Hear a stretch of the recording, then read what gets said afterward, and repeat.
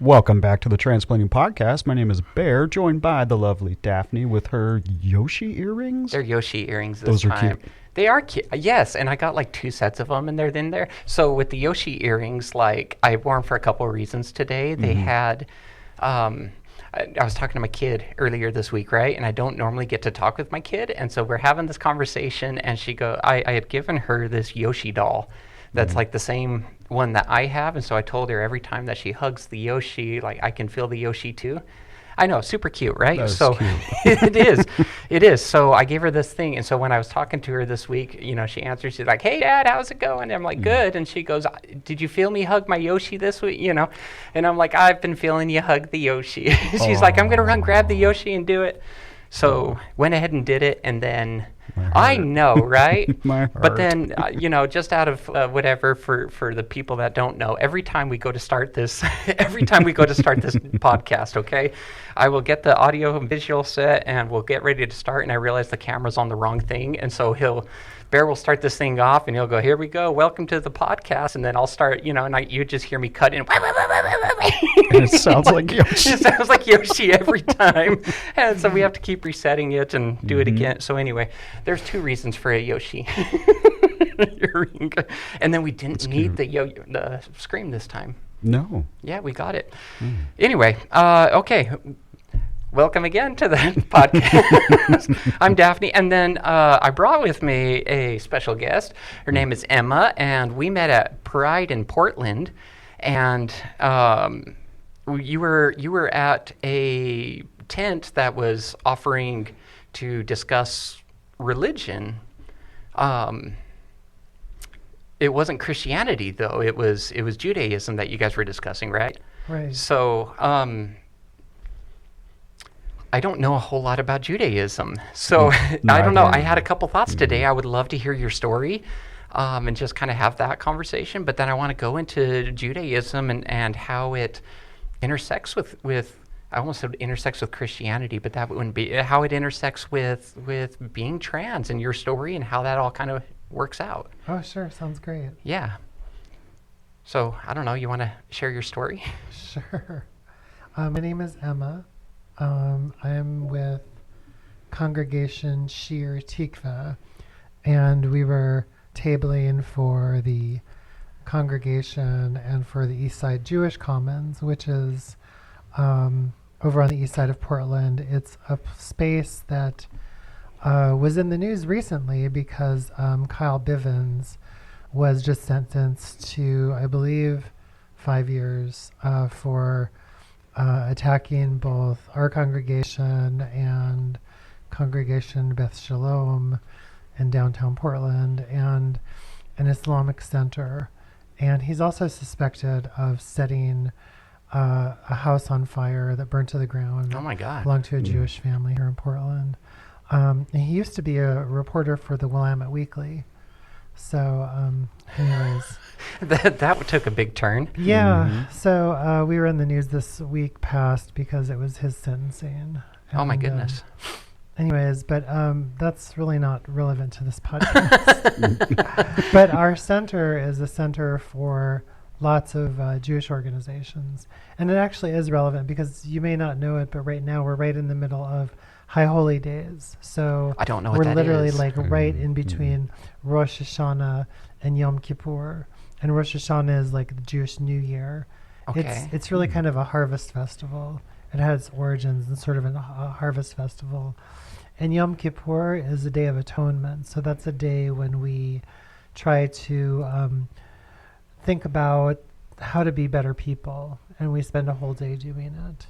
So anyways, but I'll tell you more about that later. You asked me about my story. Your story, yeah. So- We'll start at the easy and we'll build into it. Yeah. My name, like I said, my name is Emma. I've been out as a trans woman for, I don't know, about 20 years or just yesterday. 25 years now, maybe.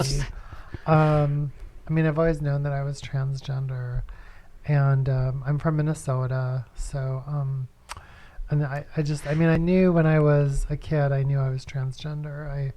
I remember growing up as a child and thinking that somehow magically when I reached adolescence that my body would just turn into a girl's body. Right. I mean, that's just what I magically believed. And right. I never really tried to explain to myself rationally why I believed that or how I believed it would happen, but that's just what I thought would happen to me. And I didn't really have a language for transgender identity growing up. I'm 55, so when I was growing up in the 1970s, there wasn't much of a transgender community per se. Right. I remember the very first time I ever saw someone who was transgender on television. It was in the 1970s. There was this TV sitcom called The Jeffersons, and it was written by the same guy who wrote All in the Family. Right. And this wasn't the cartoon. No. And in this episode, there was a trans character. It was a black trans woman who had served in the military and then came back to see her friend, who was one of the main stars of the show. And I remember I was 7 or 8 years old at the time, and it was the first time I'd ever seen a transgender person on television.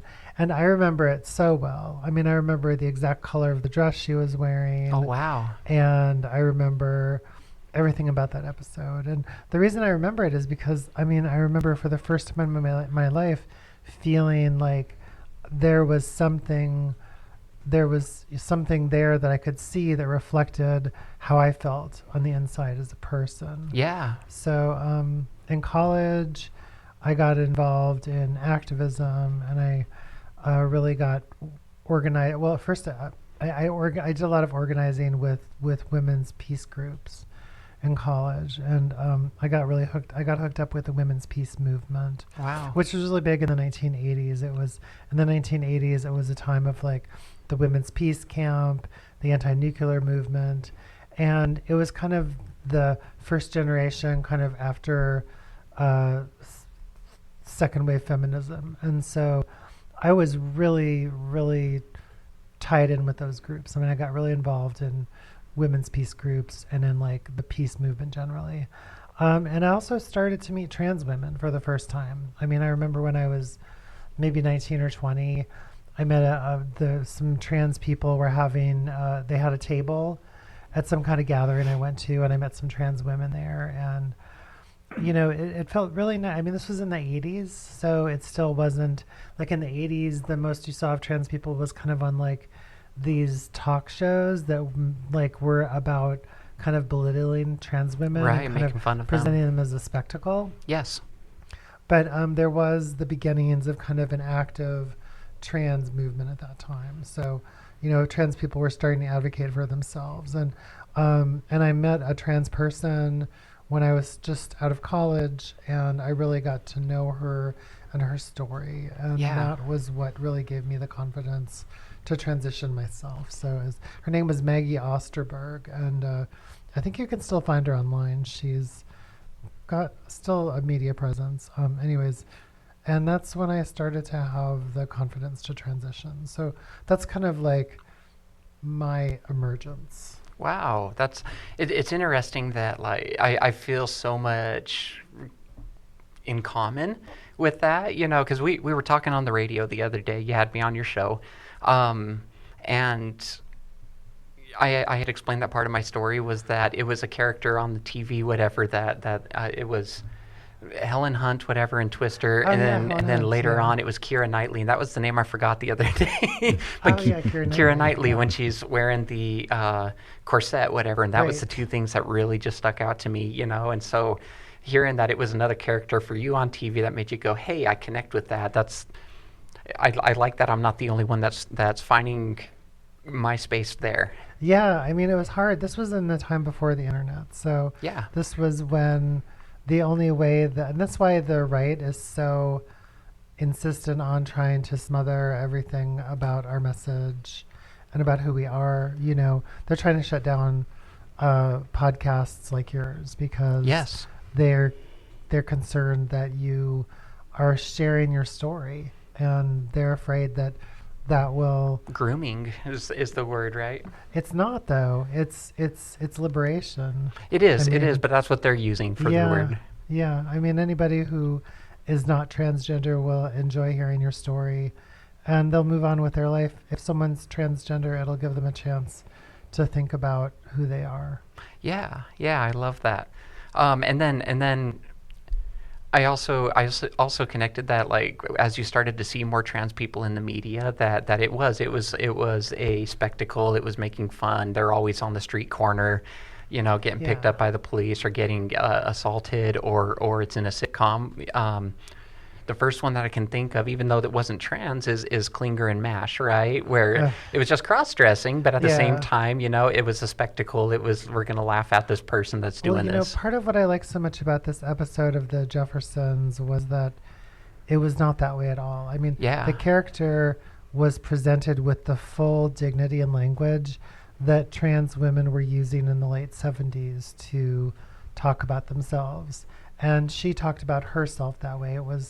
She wasn't presented as a spectacle or as an oddity. She was presented as a fully dignified Black trans woman, and the whole show was about her explaining herself and her trans identity to George Jefferson, who was the main character in the show. It was so sensitive. I wish I could remember the name of the person who wrote those episodes, because he was just such a great writer. He wrote several really thought-provoking series back in the 70s, and this was just one of them. I also like that it's George Jetson, because isn't George Jetson? George Jefferson. George Jefferson. Oh, it's the Jetsons, not the Jeffersons. That's the difference. Yeah, no, it wasn't a comic. Yeah, I'm like, meet George Jefferson.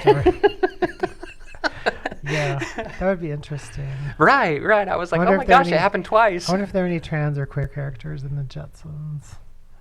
Maybe. Who knows? I don't know. Maybe the robot, whatever is. Yeah, the Rosie the robot. Yeah. It's the mind. Yeah. I mean, I don't know. It's the future, so why not, right? Well, of course. It is. Yeah, fair enough. So you came out just after college then, and... Yeah, when I was 30. When you were 30. Yeah, I came out. So this would have been around 2000. The climate was still not. It was starting to change. I mean, it was the beginning of podcasting. Okay. And there was this podcast that originated in the Bay Area. Okay. And there were these two trans women who hosted this podcast. I'm gonna try to remember their name someday. Because oh my god, I listened to this podcast so faithfully. I wonder if it was Transponder, but I'm not sure. That may have been the name of the podcast. Transistor. But it was a great podcast. It was by these two trans women, and they were the first two trans women I knew who did a trans podcast. I mean, it was out of the Bay Area. I know what you're talking about. Yeah. They produced for about 3 years, and they were actually really organized. They were really involved in organizing the first trans march in San Francisco, and they had this podcast. It was just incredible. I mean, now San Francisco. I had her on the show last year, but the president of San Francisco Pride is a trans woman. But back then, this was they organized the first trans march. Well, they didn't organize it themselves, but they were part of it, and they had this podcast that was just incredible. And they were doing trans podcasting and trans advocacy. What did that look like? 25 years ago. It was amazing. I mean, it was hard getting, the show at that time, because it was still sometimes when you were on the internet, you were on a BBS thing. It's hiding in the porn sites. Sometimes you were on, yeah.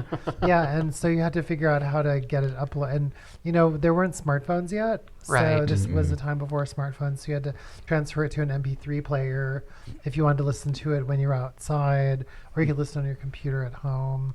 But it was, the content was so good. It's still, and I think one of them is from Portland. I can't remember which one, and I don't know what they're doing nowadays. I mean, but they were a huge inspiration. I would love to get them on the podcast. It was really interesting because at the same time, so at this time in 2000 when I lived in Tennessee, and Susan Larson is from Tennessee as well. She's from Clarksville, Tennessee. Although at that time I didn't know her as Susan. I knew her by her dead name. And she wasn't out. But Susan Larson was originally from Clarksville, Tennessee, where my sister and I lived. We lived in Nashville for about 15 years. Right. And I met Susan before she came out, and I didn't even know that she was trans, but she had already been running Susan's Place for 15 years. Oh yeah. And you know, she just came out like about 5 years ago. Oh wow. It was crazy. Like she ran Susan's Place for like 30 or 35 years, and Susan's Place goes all the way back. Yeah. You know, I asked her, like, I had her on the show once, and I asked her, like, how did you do Susan's Place? I need to get her. I need to hook you up with her so you can have her on your show. I would love because that. She's just so amazing, an amazing person. You know, I mean, for me, she's like as important as any of the kind of iconic figures of our generation, Sarah McBride or, you know, Aaron Reed or you or anyone. Oh, thanks. I mean, she's an iconic person who's really who at the time used what she understood and was able to network trans women when nobody else could do it. There was no place else to go. You would go to this, it's like, it was set up like a BBS, like a bulletin board system, which is how, all the way from back in the 80s, that's how people did computer stuff back then. This was like right before Usenet and IRC, when people were still doing BBCs. And this is how she set up Susan's Place. And over the years it evolved. But it still kind of retained that Usenet kind of quality to it. Even to this day, it still kind of has that quality. Yeah. So is it still going? Yeah, as far as I know, it was she was kind of having, you know, she transitioned about 5 years ago, and one of the people who she had helped for all those years with the resources that were available at Susan's Place. I mean, this is a site that's had like over 30 million visitors, unique visitors over the last 30 or 40 years that's existed. And, you know, before the internet was a huge thing and before we had all the stuff that we have now, I mean, basically everybody went to Susan's Place. It was totally underground. And so one of the people who used that actually paid for her transition.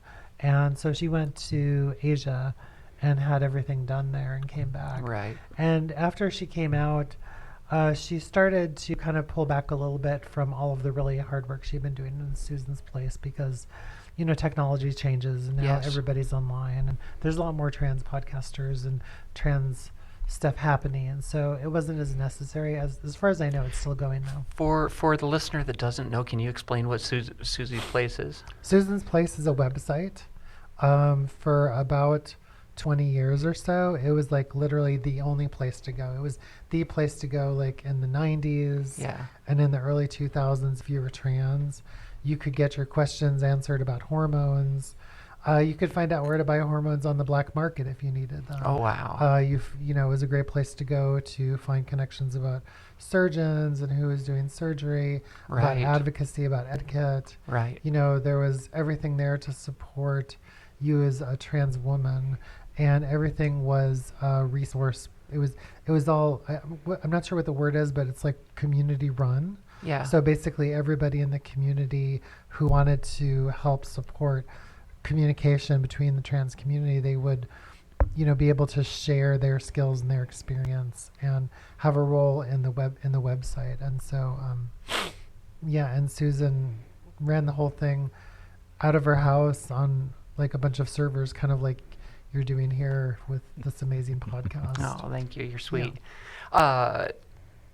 I find that so Reddit has been one of the places where I've found a lot of that information. There's a Reddit sub-channel specific for trans surgeries, and it's to my knowledge, you know which one I'm talking about. To my knowledge, it is the largest one in the world at this point, where it has every doctor, it has every piece of information you could look for, and I've loved it. It's been a great source of information. Oh yeah. Yeah. So you came out around 2000. Things are starting to get better, but you're in Tennessee. Yeah, I was in Tennessee. So how does that work out for you? I told my sister and I told my partner that I was trans, and they were both super supportive. They were so supportive.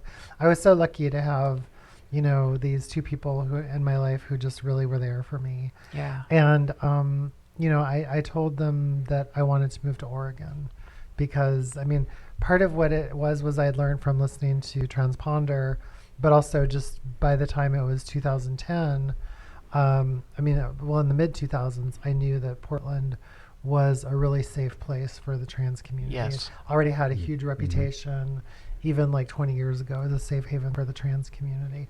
So I told them that I wanted to move to Oregon because we had basic rights Oregon. We had, we had rights already secured, and more rights coming in for the trans community. So, I talked them both into it, and they both agreed to come. Oh, they came with you? Yeah, they both did. Yeah. Wow, and so we've been here. Oh, ever since. She's here with you. Yeah, right yeah, now. my sister's here now. Yeah. I'm over here just totally spacing. She's here with us in the and I we'll say finished. studio. When I came here, I was able to get the resources to have like my surgeries and everything that I still hadn't really had access to in Tennessee. And in Tennessee, I was getting my hormones on the black market. So yeah, and insurance here has been great. It's just it's not any different from having any other medical procedure. I mean, people have all kinds of medical procedures all the time. They get broken bones fixed. Yeah. I mean, people have just all kinds of surgeries. I mean, the kinds of surgeries that transgender people go through are just pretty minor.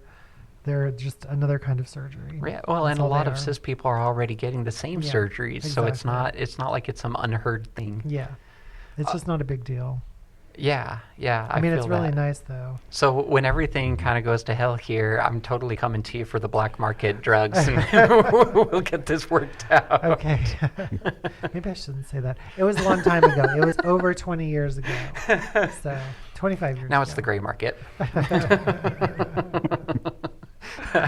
Okay. So you come here to Portland. Now, you had a radio show now and if I remember right, when we met, you've been doing that for, was it almost 20 years now? No, we've been doing Transpositive for 10 years. 10 years. So, yeah. Okay. So how do you get into starting a podcast radio show? It came out of the organizing around the first Portland Trans March. It wasn't actually the first. I need to correct that. It was the first one we'd had in a number of years. Portland had a trans march a long time ago, but the problem was that we were doing the march in like a historically black neighborhood, and the march was really insensitive to the needs of the people in that community. And so for a while, the march went dormant for a number of years. And then it got we kind of got the energy to pick it up again. Some organizers down at the Q Center, who are still pretty deeply involved with Greater Portland Trans Unity and with the trans community, they got together and said, let's have another trans march, but this time let's do it downtown, and let's do it kind of the same way that we do the Dyke March. And so I haven't heard of that. Yeah, the Dyke March happens on Saturday night. Do they call it that? Pride. Yeah, it's the Dyke March. Yeah. They just own it. Yeah, they do. And it's been that. going on, the Dyke March has been going on a long time, like 20, 25 years. Okay. So, anyways, the folks who organized the Portland Trans March, it created this just kind of explosion of trans activism in Portland. That year was 2014, and I was really inspired at the time too. And so there were actually two people I met organizing for the Trans March, and I asked them if they wanted to help do a radio show at KBOO, because I already knew some people at KBOO, and it's pretty easy to get a show over there. So we started... Hand them out like candy. You get a show, and they you get a show. Yeah, it's pretty easy. And so we put in a request for a show. And our first guest was, what's her name? Gender Outlaw. Oh my gosh, I'm 55. I must be. Kate Bornstein. Kate Bornstein was our very first guest. Wow. So, yeah. You just, and it sounds like you've had some really big names on your podcast since then. Yeah. Or I keep saying it's radio show. Radio show, not a podcast. Yeah, we've done so many. I am not sure how many shows we've had now. I mean, it's every other week, so every other week for 10 years. Yeah, we had that's all. Kate Bornstein was a significant person. Julia Serrano we had on really early. We had a lot of people who are sort of like bigger names in like the 2010s. We tended to, after the first couple of years, we tend to really focus a lot more on what's going on locally. So we try to get a lot of local people on and just really kind of talk about what's going on locally. So, and not so much like the national people. We have a lot of authors now. We kind of tend to specialize in authors, and lecturers, and kind of activists, politicians. Right. Okay. It's not like it's not like a big name kind of podcast. You know, Yeah. it's kind of more local. So And when you're kinda- bringing in politicians, are these are trans politicians, or these are just politicians talking about trans rights? We've had people who are Oregon politicians who support trans rights. Yeah, it doesn't always have to be. Yeah, actually it's very. I mean, we have had trans politicians on from Lincoln City. We had Claire Hall on before. Wow. Um, We interviewed a politician last week, Brittany Jones. Brittany Jones. Yeah, I should send her over your way. sure. Yeah. Okay, so you come here, you started the radio show, you're building the community, you're just being super active in women's rights and trans rights. Yeah. I don't know, that's an amazing story though, because a lot of people they come out and then especially because of political climate, they decide to just hide and just, try to protect themselves. Yeah. So to go put yourself out there, that's a big deal. Yeah, I guess. I mean, I kind of feel like, it's KBOO, so it's community radio. So I'm not sure. It's like, I mean, it's really fun, and I think that it's really important, but I'm not sure. Like, I don't think people listen to radio that much anymore. And so, I mean, I wish it was a really big deal, but I think it's kind of more like, it's just, it's one of those things, it's one of those things you might catch. And if you do, you might hear something that you find interesting. I mean, there's internet radio. Are you guys looking at something like that? Oh yeah, we're online too. Yeah. Yeah. I mean, Okay. the show's streamed live.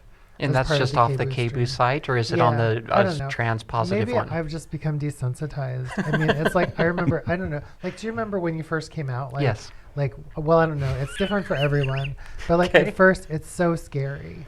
Yes. You're just like, oh my god, I can't believe I'm going to do this. Yeah. You're just like completely freaking out in your head. Yes. And it's like, that's kind of how it is when you first start doing this kind of media like you're doing. Yes. Like at first you kind of freak out. Like you think, oh, it's, something's going to happen. And then nothing happens. You're worried about your safety. And people, you worry about your safety. And then nothing happens. And people, I mean, I've been in roles in my life where it has been really, really dangerous. I mean, I've run for office. And when I ran for office, I've gotten death threats, and that's about the scariest it's ever been in my life. Yeah. But I've never had anything scary or dangerous or uncomfortable happen to me as a radio producer. So Yeah. maybe I'm naive to what actually kind of role that is, taking out in the society. Yeah. But I've never had any problems. So maybe I don't know. I feel confident. Yeah. I mean, I don't know, when we were getting ready to start this one, this is a big conversation that Bear and I had several times we were talking about it, and I go, this is really going to put us out there as, the podcast is about all things trans, so putting us Yeah. out there as the face of all things trans. Oh, totally. When neither of us identify that way, it was a scary thing, and both of us had a conversation about, are we sure this is really what we want to do? It's a big deal because you both have, I mean, you'll have to excuse my own interpretation, but I think you both have what's sometimes called passing privilege. I mean, you both seem thank you. to me anyways. Thanks. And so, like, if you go out into society, not that that's a thing that should be strived for, because there's all different ways of being expressive. But, Yes. the fact that you're coming out and talking about this issue means that people are publicly identifying you. Yes, and that was you wanted to say something? Oh, no, I was just going to share that I have never been targeted or bullied or nothing. Yeah. I do feel grateful and pretty blessed. Mm-hmm. And I do think I have had one of the most fantastic transitions. That's great. Yeah. Like everything I with really you has do. just been smooth sailing. Yeah, all of it. I haven't had any difficulties or anything. And it's just, I feel really blessed, but man, my heart sure goes out to others who definitely, find those struggles and those roadblocks. And, but no, wow, I haven't really thought about that for a long time. Like, how long have I been out? I don't, my whole life really, I've just never had, I had a great, supportive family. I had, a lot of supportive friends. I was always charismatic, in my high school, and I just never had any problems. And so I think, being on a podcast like this, I think it's peril that, people listen to all these stories, messages, advocacy, resources, etc. And I think it's peril right now. Yeah. Mhm. Yeah. Agree. Like when Bear and I first met up, we went to karaoke. It was He was there karaoke. singing. He's kicking ass singing these songs. He's just rocking it out. And I go kind of sit by myself a little off, and he goes, "Hey, come on, girl, come sit by me." So he invites me over to the table. We're just having a great time, having a great conversation, just really enjoying it. And then there was something on my phone, or Yeah, it was on your phone. You had left a group open on Facebook, and that's when I saw what group you were a part of, and I was like, oh. there was a trans flag or Oh. something on the identity of But it. at the same time, I just thought, oh, this is an ally. Hey, that's cool. Hey, good for her. And I just thought you were an athlete. I thought you were a basketball player. I thought you were, anything but trans. Right. Well, and then Yeah. so we got talking about it, and you leaned over. You're like, "Hey, do you mind if I ask? Are you trans? Poor thing, poor Daphne. She's over here like, oh, is that okay? How can you tell? How can you tell?" Just like when your phone was open, and then I just leaned across. I'm like, it's okay, I am too. And then that was it. Shocked the hell out of both of Boom. us. Neither of us saw that coming. Yeah, that's a cute story. That's a great story. I love Yeah, that. yeah. That's kind of I don't Maybe know. she was trans because of what was on her phone. And Yeah. honestly, I thought ally first. I thought this was an athlete and Or just an ally, ally, yeah. and had a pretty good voice too. Yeah. So yeah, you can sit at my table.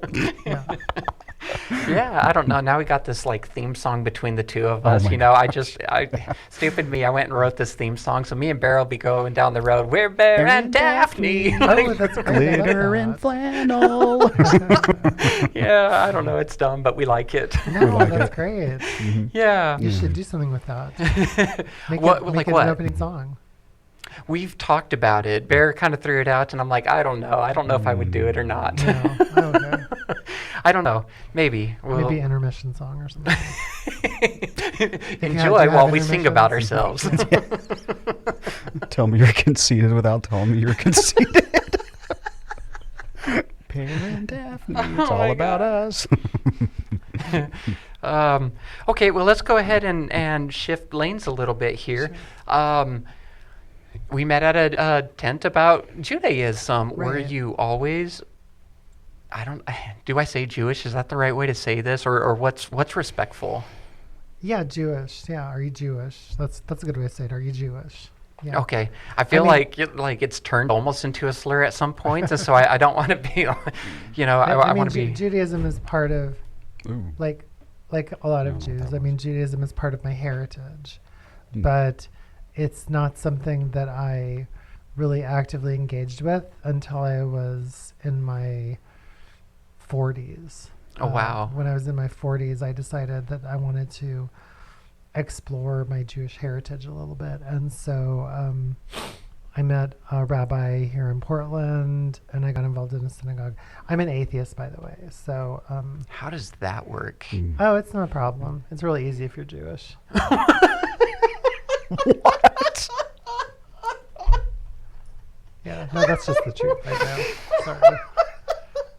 I don't even understand that. Oh, that's okay. We can get into it. I would love to hear about that Yeah. because that doesn't make any sense to me. Yeah. Like, okay, how about this? So Judaism, is it religion or heritage? It's both. Judaism is both a culture and a religion. How do you separate them? You don't really. I mean, they're so intertwined. It's hard. So how do you have a religion that is Jewish and be atheist? Oh, that's not a problem. Why would it be a problem? That doesn't make sense to me. That's like being Christian and atheist. You could be Christian and atheist too, yeah. Can you? Well, I think so. I mean, if you're raised in a culture where you're indoctrinated into all of the language of your culture, and that's like part of how people communicate with each other, it's kind of hard to avoid. I mean, it becomes kind of this dominant identity. Now, being Jewish and being atheist is a little different. I mean, For me, being Jewish and atheist is, I think it's really, it's different from being Christian and atheist. I mean, it's different. But to explain that, I have to explain what Judaism is. So, and that's a long conversation. I mean, Can we have part of that conversation? Because like we could have some we- of it, we- yeah. Or at least try to summarize key points. because Yeah. like we Well, so okay, yeah. So let me just do it in a really simple way. Like, so actually, this is good for me because I have to think about how to talk about this. we're sort of grading thing. you on this. Well, I'm giving a Devar for Yom Kippur, and that's that was French to me. Yom Kippur is it's the holiest day of the year in Judaism. What's And it's- Devar? Devar is like it's like a sermon. It's like Okay. a Christian version of a sermon. It's you give us you get up and you talk in Okay. front of everybody. Yeah. And you talk about whatever the reading is. Okay. And anyways, but so I've been doing a lot of studying for this Devar, and I remember there was and so as part of the studying, I was looking back at the text. So Judaism is very text-based. It's very much based on the ancient writings. It's based on the Torah. It's based on the Torah, the Tanakh, the Talmud, which is the Talmud is kind of commentary on the Torah, and the Mishnah and the Gemara. So these are all books that are sort of commentaries on the Torah. For Christians, they would understand the Torah as the first 5 books of the Old Testament. So that's what you would think of as the Torah. But in Judaism, the Torah is something very different. In Judaism, the Torah is, it's not the same, but some of it's the same.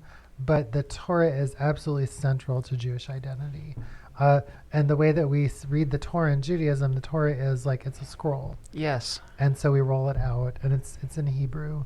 And you just read like one part of it at a time. Can you read Hebrew? A little bit, not much. Wow. Yeah. So I did preparation for this a month ago. I went down to the synagogue and kind of walked in, and I asked a ton of questions, but the poor lady great. had to deal with me. So I was asking a lot of questions because I know nothing about Judaism, really, other than whatever we read in the Bible. So outside of that, I really know nothing about it. And she kind of gave me a tour of the place, and we walked into the library. And I, there's a lot of books, and I was asking her. I said, "What is this?" And she says, "Well, that's our scripture right there." And there, I swear to God, there was 45 volumes of the. That's the Talmud. Well, That's the Talmud. Well, no, I'm not sure which one you were looking at. Yeah. They were. I don't know. The books were all like this, and there was like there's 40 a of lot them. books, Yeah, and I opened it up, and there might have been some other writings on it, but I thought it was in English, and then there was like a square in the center of it, so the writings like went around the square. Yeah, that's you the know Talmud. what I'm talking about? Yeah, that's the Talmud. You were looking at the Talmud, yeah. That's a lot of writing. Yeah. I'm not sure. I can't remember exactly how many tractates there are in the Talmud, but it's about 40 something. Yeah, I was The surprised. Talmud is like the internet of its era. So the Talmud was like the rabbis of Eastern Europe in the Middle Ages, basically. Yeah. From like the really, really late antiquity to the really early kind of Middle Ages, like the 7th century to like the 15th century. And they used to have these things called yeshivas. Well, we still do have yeshivas. But the rabbis who taught at these yeshivas, which were like religious schools for boys, not all of them were in yeshivas, but they would write back and forth to each other and try to make sense of the Torah and talk about, well, what do you do in this situation if the Torah says, like, don't gather a bushel of wood on Shabbat? How far away do you have to be before you don't have to observe the mitzvot anymore? So it's like, it's a lot of questions. It's basically Judaism trying to grapple with Greek ideas, because Christianity was so dominant by the 7th century in Europe that it kind of shaped the culture of everything surrounding Judaism. See, the thing that you have to understand about Judaism is that it's really, really old. I mean, it goes all the way back to the time of the Levant. It goes back to like kind of the origins of Western culture. it's not quite that old. I mean, when you look at the origins of Western culture and you think about like the Sumerians, the Akkadians, the Fertile Crescent, where the ziggurats were first built. Okay. You know, when Western civilization, kind of as we understand it, began to emerge, not all of culture, because I'm not even talking about, you know, China, which had kind of a parallel emergence around the same time, but Western culture as it began to emerge in the Levant, in Samaria and Acadia and Babylon, Judaism was right on the tail end of that. You know, so this is something that came really early in our history and the development of our culture, the Western culture that we unfortunately have inherited. And so Judaism is the first attempts by a certain group of people to try to wrestle with an idea of like a monotheistic God. So at the time, and in some ways it's really terrible because it's also a time when there's a lot of suppression of like pagan and goddess worshiping cultures, even within the tradition of Judaism itself. But it's a time when people are beginning to wrestle with the idea of monotheism, and they're deciding that monotheism is a certain kind of tradition for them. So, you know, that's kind of how Judaism began. Okay. And it began like, you know, a long, long time before Christianity. But it's, you know, Judaism is like a source religion for Christianity and for Islam. They're very similar. I mean, there's actually not a lot. Anyways, I wanted to get to your thing. How can you be an atheist and also be a Jew? And so there's this story in the Talmud where somebody is coming. I can't remember if it's Rabbi Hillel. I think it's Rabbi Hillel. Maybe Rabbi. I think it's. I'll probably get this wrong, but so there's a scholar. No. There's not a scholar. There's a convert. It's a convert, and this is when the temple was still around. Okay. And he wants to convert to Judaism, but he wants to do it really quick. Like he doesn't, you know, so he comes to Rabbi Hillel and he says, you know, teach me the entire Torah while I'm standing on 1 foot. And so Rabbi Hillel thinks and he says, you know, treat your neighbor as yourself. Treat your neighbor as you would like to be treated. This is the essence of Torah. Everything else is commentary. Now go and learn. So this is what he said to this person. And it was... Should I stop for a minute? We got... Every time. I swear, every time we're in here, the dogs go. Or should I just keep on going? You can just keep going. Okay. So that's, you know, he says that, and it's basically, it means to be kind. It means to exercise kindness, to be compassionate. And most of Judaism is about trying to be compassionate, trying to be a good person, trying to be an ethical human being. Now, I can't say anything positive about the state of Israel right now.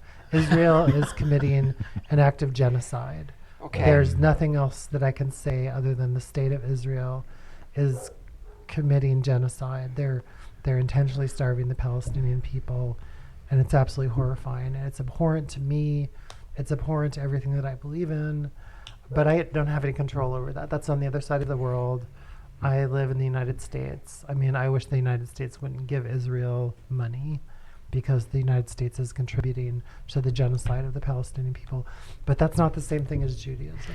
Judaism is, you know, at its best, it's an ethical system. It's a way of navigating in the world and trying to be an ethical human being. So I had a couple questions that kind of popped up out of what you said. How strict is Judaism? Because you said it's something about you're not allowed to gather a bushel of wood necessarily on Sabbath, right? Yeah, Shabbat. Yeah.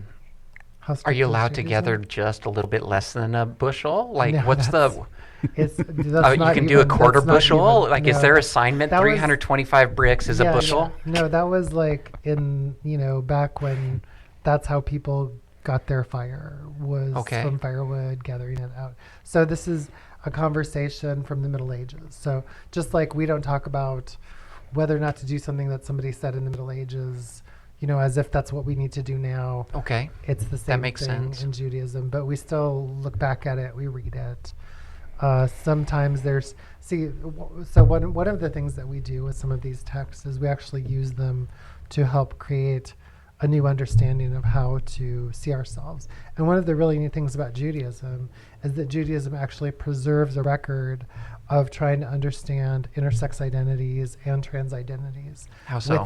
It's in the Talmud. Within the Talmud, there's commentaries and there's discussion about both intersex identity and trans identities. And the conversations that are preserved in the Talmud about what do we do in this situation, what do we do in that situation, even though there's not many, but there's enough to actually, look at our history and say, oh, hey, there's people back then who saw this and looked at it with compassion and understood that we have to look at people who are different with compassion and try to make accommodations for that community.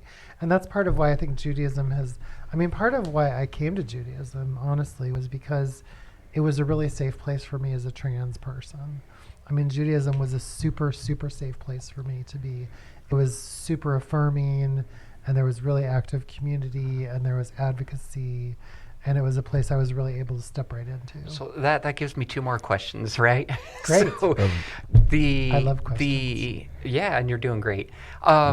The Torah is, under my understanding, Torah is the first 5 books of the Bible, right? Genesis, Exodus, Leviticus, Numbers, Deuteronomy, and then it stops there. Is that correct? Well, the Torah is central to Jewish identity. So it's right. Not just the first 5. The Torah is like in and of itself really the essence of the religion. And the Torah is really, it's set aside. We treat the Torah with a certain kind of reverence that like Christians don't really treat the Old Testament. The closest analogy I can think of is that, well, I'm not going to try to create an analogy for that. It's just the Torah is absolutely fundamental and central to Jewish identity. Okay. Because then I was going to ask if it's the same as it's kind the of like 5 books, then I can't think of any writings in there that really break down into how trans people fit into that. Yeah. And so then if you have a Talmud that's breaking down that, coming up with well, the Talmud talks about a lot of other things too, not just what's in the Torah, but you kind of have to understand like how Judaism works. Judaism doesn't just lock itself into the past and say, oh, this is our core text and we're going to stay with this for all of time. Okay. There's a certain element of Judaism that does that, but it also looks at the core text and it just kind of expands it. Okay. In the same way, like you remember how our discussion earlier, we were talking about Susan's Place. Yes. And how Susan's Place started with BBS. And then it kind of expanded a little bit. And it was more like Usenet and more like IRC, and then it became more hypermedia. Right. And then at some point it became kind of overrun by all of the innovations in the internet. Updating with the time. Yeah, and Judaism has done the same thing. It's never stayed static, and it's always kind of moved with the time. It's not just moved, but it's grown. And so it's created all of this layering on top of it, just layer upon layer upon layer upon layer. And so now, after like 2,500, 3,000 years of scholarship and of commentary and of practice, it's evolved a whole kind of set of understandings about the world that are rooted in what we kind of understand that, people 500 or 1,000 years ago thought about the world, like what they thought the world was and what it meant and how to live. And we've continued to interpret that, for our lives today. So, and we've built on the interpretations, the understandings of the generations who've come before us too. So it's not stuck there. It holds that in really high regard because it's just like a point of origin. Yeah. So it's so different from just a text. It's almost like a place. Right. Yeah. It's like it's this whole thing. It's really complicated. Does that go for all denominations, like such as Orthodox, like? Well, they're all we all see each other as Jews. Yeah. Okay. Are you all on the same page? They're all different, though. Yeah. Okay. So there's all the congregations are affirming to trans people? No, not all of them. No. So back in the Bible, right, during the first however many books, and all the way through it, they had prophets, right, that were, at least through the Old Testament, there's these prophets that are leading the Jewish people Yeah. according to the text, right? So do you guys believe in prophets? Is that because my thought process with this is if you guys are updating, how are you guys updating? Because is there a prophet that's sitting here updating everything, saying, hey, here's where we're going to go next, here's how things are updating now? How are you guys updating? The way that Judaism moved forward, so the idea of the prophets was something that was part of the original texts that were written. So there were the writings of the prophets, there was the Torah, and then there was the what was it, like the Psalms and those kind of other. There's just a rambling of other texts that are in the Tanakh. The Tanakh is kind of like what you call the Old Testament.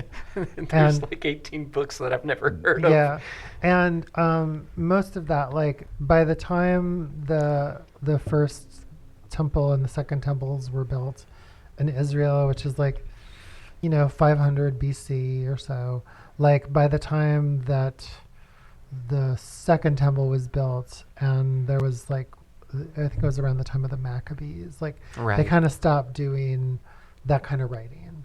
And Judaism really fully transitioned after Israel was destroyed by the Romans. Right. And it switched over to a rabbinic system.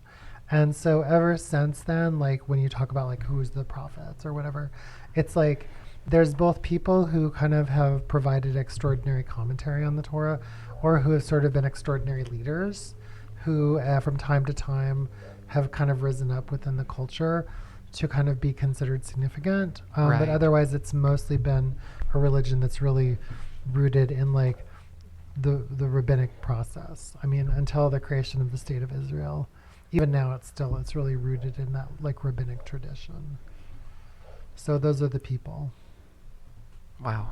That's a lot because I don't know, in my head, if you don't have that leader, I mean, there is a leader, we don't have right? a pope or anything. You don't have a pope. No, not really. We don't really have, we don't have leaders in that same sense. Like there's no there's no like centralized, this is the main person in charge kind of thing. Right. It's very, part of that's because Judaism has had to survive in the shadow of Christianity for like 2,000 years. That's fair. And so Judaism has always been a religion that both within Christian Europe and for a long time within Islam too, has always been a minority religion. And so it's always had to learn how to survive as a minority space within, dominant cultures. And so most of what Jewish identity has been is what we call diaspora, which is, it's a religion that's had to learn how to survive very autonomously, and very much regionally. And so the kind of agreements that are made between Jewish communities all around the world had to do with survival and also with trying to keep some sort of consistency. So, but for a long time, diaspora really shaped Jewish identity. That's part of why, I think that what's going on right now in Israel is just, it's such a disaster. I just don't understand how anyone who lives in Israel or anybody who lives in the U.S. right now couldn't look at what they're seeing right now and not see what happened in the Holocaust just, 3 generations ago. Because to me, it's like another kind of genocide. It's just another kind of genocide, just like the genocide in Rwanda, just like the genocide that happened to the Ottomans in, before World War I. Right. Just like the genocide that happened to the Jews. That's another genocide, and it's really, really horrible. And I don't understand what people are thinking. Yeah. Well, and World War I, right? But on the other hand, I don't understand how people could, how many people did Americans kill in Vietnam? Like 2 million. Mm-hmm. We killed like 2 million Vietnamese during the Vietnamese War. Look at the massacre of My Lai. Look at the kind of horrifying things that this country has done. I understand how a country can commit horrible acts of, of not. I don't think the United States has committed genocide. Well, unless you count Native Americans, unless you count the native peoples of this country. Yeah. I think that if you talk to I shouldn't speak for Native people. If you ask a Native person if the United States has committed genocide, I'd really be interested to hear what they say. So, not to say that justifies anything Israel's doing. It doesn't justify it at all. It just equates Israel as like another horrible country that's doing horrible things. But to me, that's not the same. It's just not the same thing for me. I mean, it's not. I can't say that it's not the same. I can say that it's, I'm in the United States. I've never supported what's going on in Israel, and so I don't know. That's just me. Fair enough. It's my voice is kind of a minor. It's the voice of a lot of younger Jews. I mean, a lot of younger Jews really are just incredibly offended and disturbed by what's going on in Israel. I mean, in the United States. I'm not sure what's going on in Israel because I don't really talk to Israeli Jews. Fair enough. So Judaism is something that you can join then, since it's both culture and religion? Yeah, you can become a convert. You can join Judaism, yeah. What does that process look like? You have to meet with a rabbi. In Portland, you meet with a rabbi. You take some classes. You decide if you want to join a Jewish community. It's not really a big deal. Yeah. I mean, you just kind of learn about Jewish tradition. It's like a 3-week process. You walk in and you're there. No, it takes it takes a few months. I mean, you have to learn and study a little bit. I mean, you have to understand what you're joining. Okay. Yeah, but it's the same as any religion. I mean, there's a way you can become engaged in it. So a trans person, go for it. Yeah. I was just going to ask, is that process welcoming to trans individuals? Yeah, I mean, in Portland it is. Yeah. I mean, I don't know. There might be some synagogues in Portland that aren't. I mean, every synagogue I know is like super trans affirming. I mean, our synagogue is mostly queer and trans people. That's like not quite the majority, but it's like almost it's like the most significant minority within the synagogue. I mean, I don't even know how many queer and trans people there are in our synagogue. We're full of them. I mean, almost everybody. It seems to me like almost everybody in my synagogue is queer or trans. Okay, so yeah, it sounds like extremely welcoming and just yeah. Okay, great. So with I guess again, I know nothing about Judaism. Yeah. I just don't. But are there Jewish rituals or life events that have adapted to be inclusive to transgender individuals? We actually try to create our own rituals. That's a big part of Judaism, is that as time goes on, and there's new changes and innovations and how people see themselves, we create new rituals for that. I mean, and so so here in Portland we actually have, we're really lucky to have, I think, 2, maybe 3 transgender rabbis in Portland, and rabbis are really involved in creating halakha. Halakha is like Jewish. It's like it's like Jewish sacred space, Jewish law. It's like the way to do things in a way that's understandable as a Jew. And we have. I mean, I did a couple of rituals for my transition. I mean, I did a mikvah, and I did another mikvah when I had surgery. So that's sweet. Yeah, and it was nice. I mean, people from my community gather. We gather and we support someone, and they just, say some positive things about being transgender, or if they're religious about being Jewish, and they kind of do a ritual. Yeah, there's a whole process.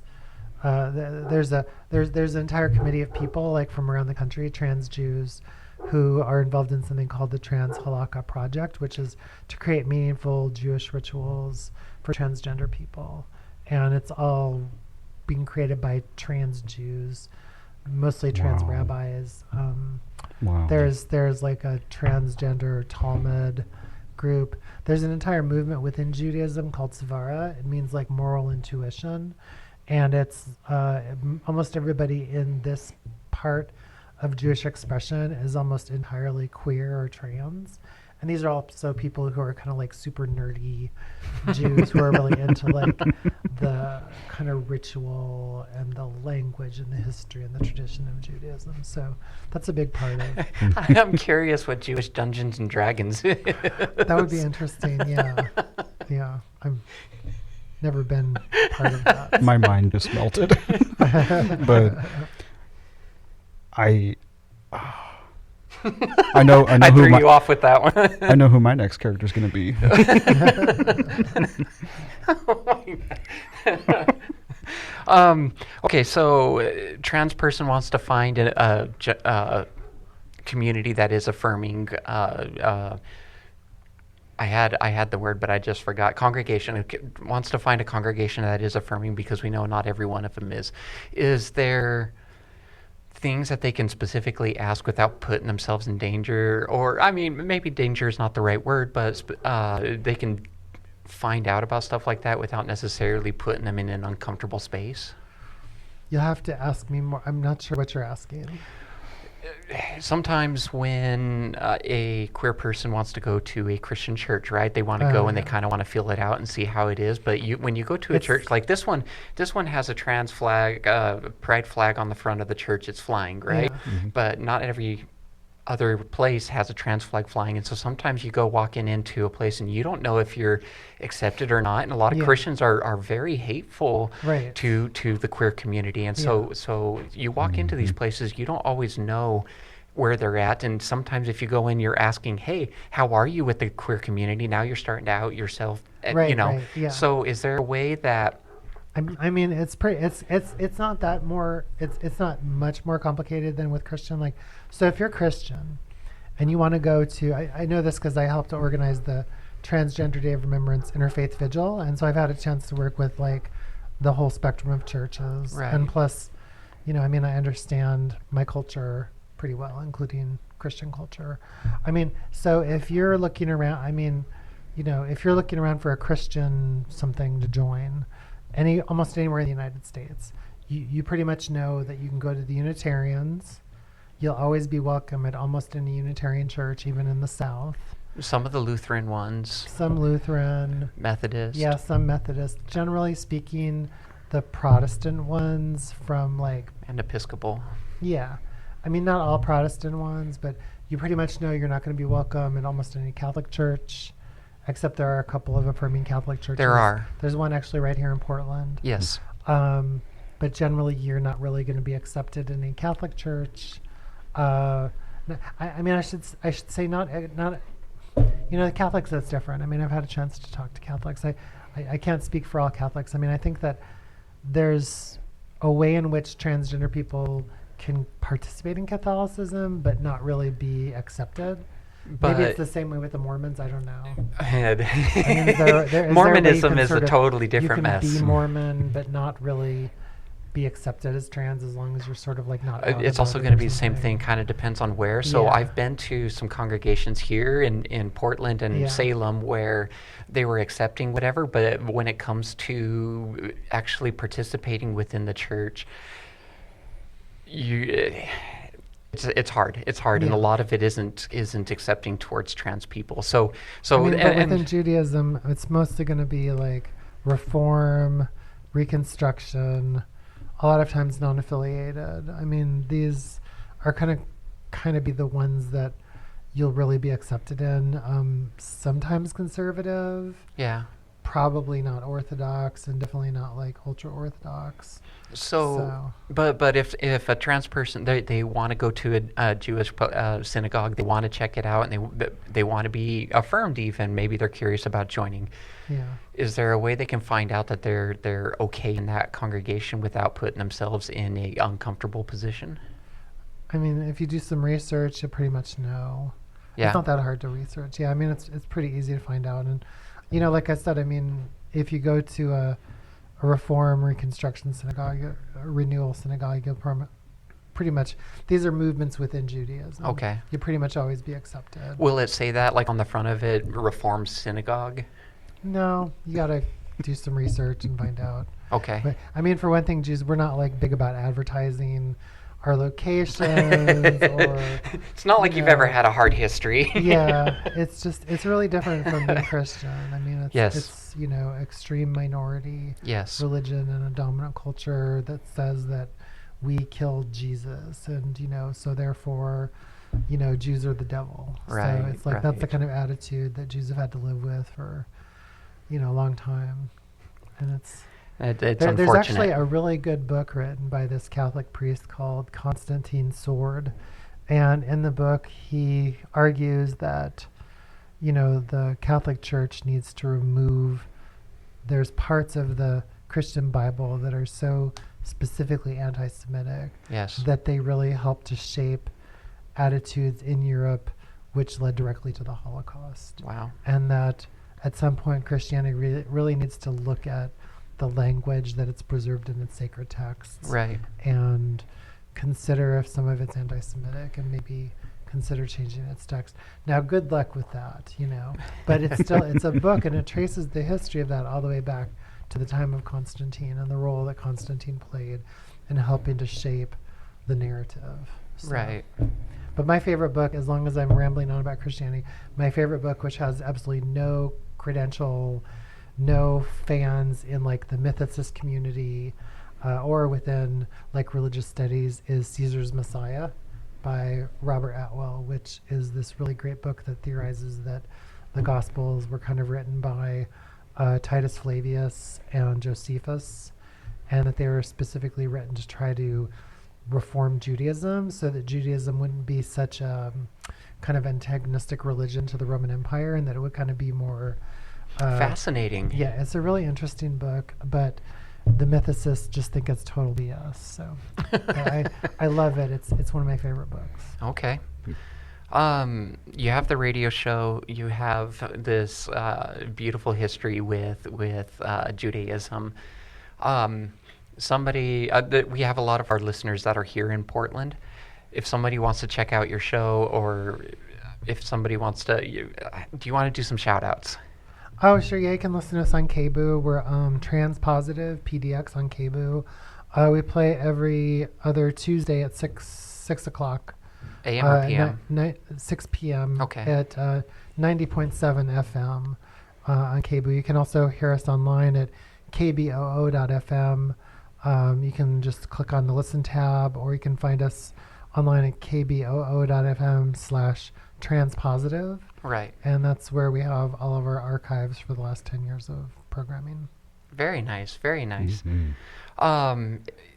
Is there, I don't know that I want to say shout out about Judaism, but is there something about that you would say, hey, here's a really good place if you want to start and Oh, gosh. I don't want to say No. drop the name and location of your synagogue. Yeah. So- That's a good question. Where would you start with something like that? I would say there's what's his name? There's this, I'm trying to think for the queer thing. I read, You think I'm Tora not sure. Bora was Jewish? yeah, What? there's, Tora Bora. I'm just gonna say yeah. Isn't there? who's Tora Bora? Isn't it like a site or a city or something like that? Tora Bora. Tora Bora. Yeah. I don't know. No. Anyway. Yeah. I'm sorry. It just popped in my head. I had to ask. I threw off everything you were just saying. No, yeah, I'm not sure what to say about that second question. I mean, if you want to learn about Judaism, Yeah. you're welcome to come check us out. We're Shir Tikva is part of the East Side Jewish Commons. We're at 2420 Northeast Sandy Boulevard. Oh, you really threw it out. Okay. over That works. over on the east side. Yeah. We have all kinds of stuff that happens all week long. There's classes, there's films, there's concerts. Because our space is, we share our space with about 20 other Jewish organizations who are, do all kinds of things in the community. Yeah. And our synagogue is part of that center. So you're also welcome to drop in and join us for Torah study on Shabbat. That's Friday nights, isn't it? Yeah, no, Shabbat, that's Saturday morning. Saturday Yeah, morning. it starts on Friday night, but we You do have Torah something study on Friday Saturday night. morning, yeah. But if you wanted to learn more about us, just check us out online, Shir Tikva. I think it's Shir Tikva PDX. Okay. is the name of I think .com, that's our .org? website. I'm not sure. Okay. It's But, one yeah, of that's them. where you Try can all find the us. try all the Or things. just look us up. Yeah, we're part of the East Side Jewish Commons. So Okay. you can definitely find us there. Cool. I love that. Yeah. Thank you so much for coming on the podcast. This has Thank been you. fascinating Yeah, it's for been me. great. Really nice. Yeah, I I've, really enjoyed it. I've really enjoyed it. I learned a lot. Great. I mean, Well, I hope I didn't completely misrepresent Judaism. I probably did. I think you did fine. We'll see. No. If I hear from somebody, they're like, "No, that is not true. That's total BS." Then I'll know. Fair enough. Fair enough. We can do a second episode. Yeah. Yeah. So again, thank you so much for coming. We've loved Great. having you. This has been great. Yeah. Yeah, Thank you. I've really enjoyed it. Your story, I think, is inspirational for a lot of people because you came out at a time that it wasn't something you're seeing every day. Yeah. Right. It's also inspirational to see that, hey, there's people in media and other things, and you can actually you can use as a role model almost to help find yourself. Yeah. And I think that's a beautiful thing. Thanks. Yeah. So again, thank you for coming on. We Yeah. really Thanks for having appreciate me on. it. It's been great. Yeah. Barry, you want to do your normal shout outs for us? You can find us on. You. You can. Yeah, you can find us on Facebook, Instagram, Spotify, YouTube, generally all the socials. You can also email Daphne, at Daphne@transplaitingpodcast.com. And we also need to, make another shout out that we have merch. And you should check out our store. And we just really appreciate all the listeners and all the support that we've had. And we definitely like, hearing from you in emails. Yeah. And yeah. I had three different events with people this week chasing me down to go, oh my God, we love your show. Like I had someone Yeah, that's catch me in special. the grocery store parking lot. There was someone in the bar. We were talking to the lady and she came and talked to us. And then there was someone driving down the road like 2 days ago. And I swear to God, they chased me down while we're great. driving, and they rolled their window down alongside me and, thumbs up, Thumbs we up, love your yeah. podcast. And I was like, oh my God.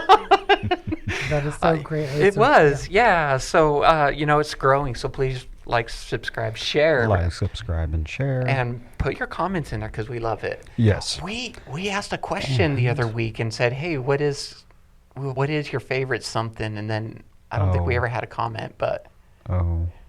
I don't remember. I don't remember either. We'll do it this way. Anyway, what's your favorite candy? Put that in the comments. Candy. Candy. And I think, lastly, as always, welcome to the family. To the family.